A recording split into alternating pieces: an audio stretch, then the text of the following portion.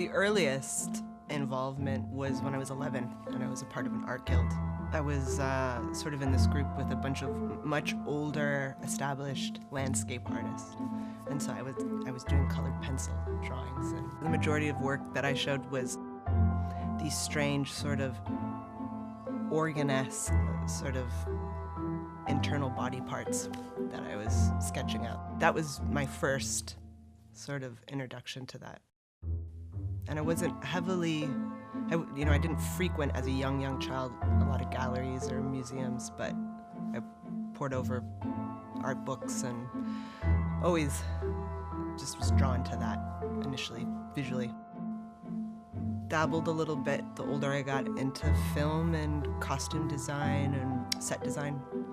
Did some internships and photography. So that was always kind of the goal, ultimately, to pursue fine art. That was, I guess, the first introduction. Hi, I'm Kite, a conceptual artist based here in Nashville, Tennessee. Planned on going to Chicago Institute of Art. I got married instead. I was married at 21. From being quite prolific and producing work, it sort of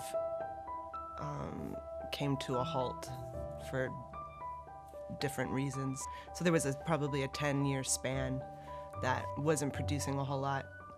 I had ideas the whole time, but in the midst of being married and not producing, I didn't know at the time how it was affecting me, but after the fact, I think there was just a lot of places that were there, but were, it went mute.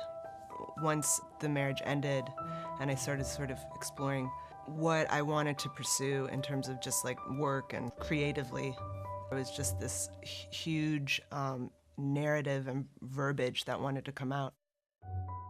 Moved from the house that I had lived in while I was married and transitioned to the home that I am in now. Started noticing or feeling kind of displaced in my own physical landscape, sort of here and who I was and relationally. It was strange because it was this neighborhood and observing the people, getting to know the community. And so I started thinking about things that were written about suburbia and the relationships and what that looks like. It kind of all felt the same, kind of the Stepford wife sort of throw off. And so I was thinking, how could you say it differently? I began to write some ideas down, and simultaneously I felt like these objects were almost more real than me, feeling very undefined and not knowing how to name myself.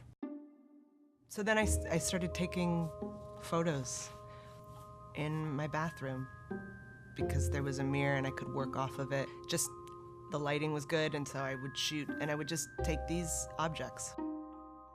The title is the ex-housewife portraits. The housewife having to do a little bit with, obviously, a woman specifically, everyday objects you might find that would abide and reside in the home. So these are just familiar, everyday tools, as well as kind of the contrast between, there's also kind of a wordplay on wife and house. So the wife as the example of the human or relational part, and then the house being kind of the object. And then the ex, I think a lot of people see it as formally known as, or, but for me it was looking at it more like a mathematical equation. The ex being just the unknown factor in the sentence that once sort of reviewed over in full can be then defined.